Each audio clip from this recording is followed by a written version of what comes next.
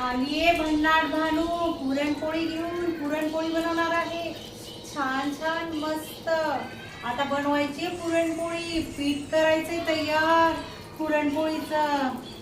हा आता पुरणपोळीचं पीठ चालू आहे. मस्त मऊ मऊ मळायचंय छान आणि छान टम्म पोळी करायची आहे. मस्त पोळ्या तयार व्हायला लागल्या खायला. चला मस्त छान.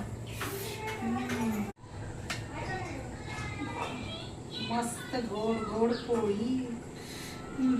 छान छान. असं असं बंद करायचं त्याला आणि हे असं असं करून असं हे असं अशी अशी अशी लाटायची. छान भन्नाट झाली पाहिजे एकदम गोल. दिसते का कशी होती? गोल गोल पुरणपोळी गोल. एक टाकून घ्यायची आहे त्याच्यावरती अशी. आता हे असं तेल लावायचं सगळीकडनं तेल लावायचं बाय आपण. आता ही फुगणार पोळी. तेल लावलं ना की फुगती पोळी.